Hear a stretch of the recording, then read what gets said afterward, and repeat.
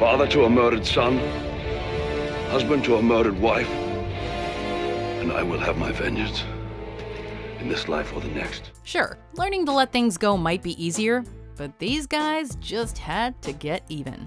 Welcome to WatchMojo.com, and today we're counting down our picks for the top 10 real-life cases of revenge. You just shot an unarmed man. Well, he should have armed himself. He's gonna decorate his saloon with my friend. Before we begin, we publish new videos every day, so be sure to subscribe for more great content. For this list, we're looking at real occasions when individuals took justice into their own hands or sought retribution outside the law.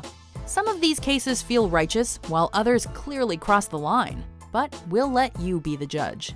People keep asking if I'm back, and I haven't really had an answer. But now, yeah, I'm thinking I'm back. Number 10. Pierre Picaud, the real Count of Monte Cristo.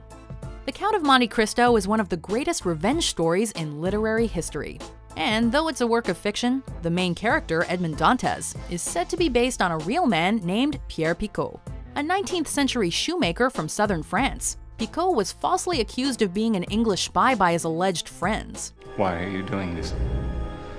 Oh, it's complicated.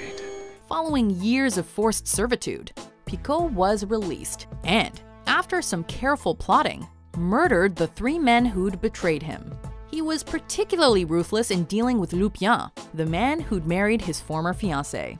Let's just say it's vengeance for the life you stole from me. Picaud tricked the man's children into lives of crime before finally stabbing their father to death.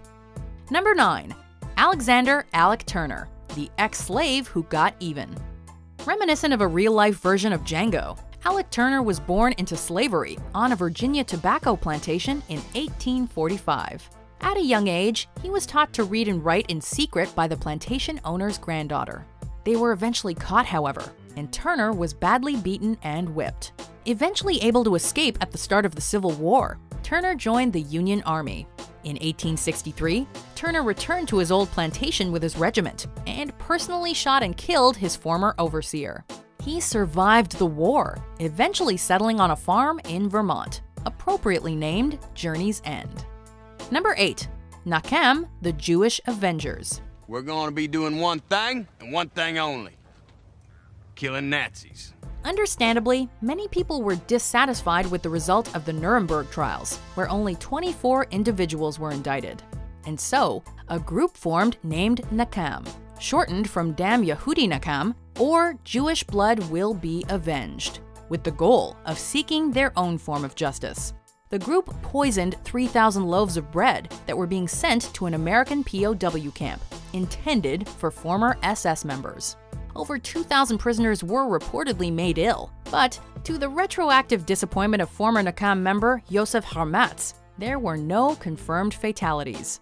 According to some members, however, the group had originally desired to kill 6 million Germans by poisoning the water supplies of the country's main cities.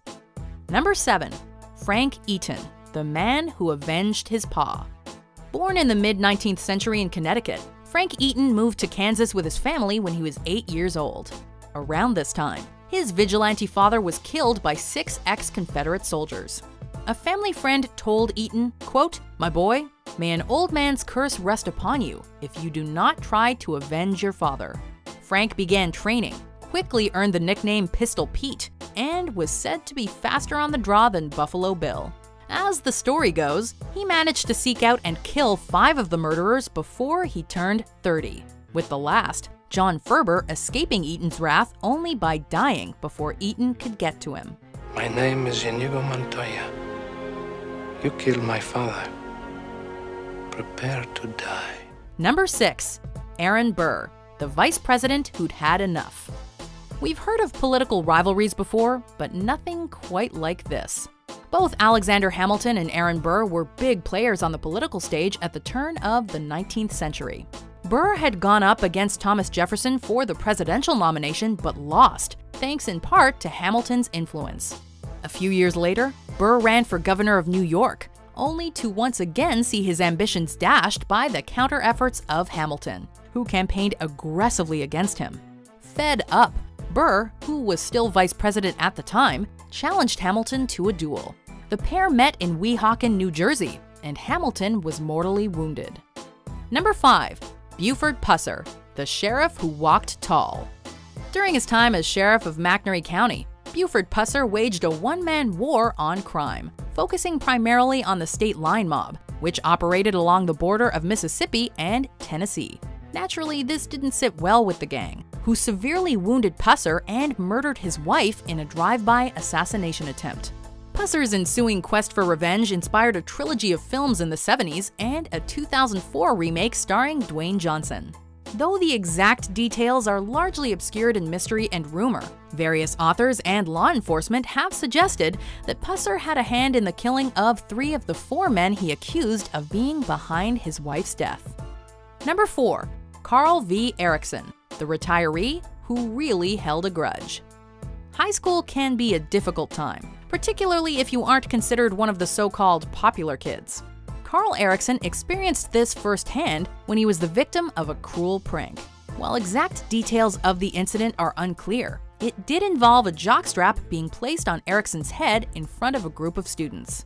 I'm an asshole, Robin, okay? I made his life a living hell and I treated him like shit. Is that what you're trying to figure out? Ericsson blamed Norman Johnson for the prank and took the idea that revenge is a dish best served cold a little too far. He waited over 50 years to get even, confronting Johnson and killing him in his home in 2012. Both men were in their 70s, and Ericsson was given a life sentence for his crime. Number 3. Jared Harris, the avenging amateur tattoo artist. Prison is a rough place in general, but for those who've been convicted of crimes against children, it is a living hell. Back in 2006, Anthony R. Stockelman was sentenced to life in prison after molesting and murdering 10-year-old Katie Coleman. To the ignorance of officials, Stockelman was placed in the very same prison as Katie's older cousin, Jared Harris, who was serving time for burglary. From what investigators could put together, it seems that Harris cornered Stockelman, and with the help of other inmates, tattooed the words found on the inmate's forehead the next morning. The script in question? Katie's Revenge. Lie still.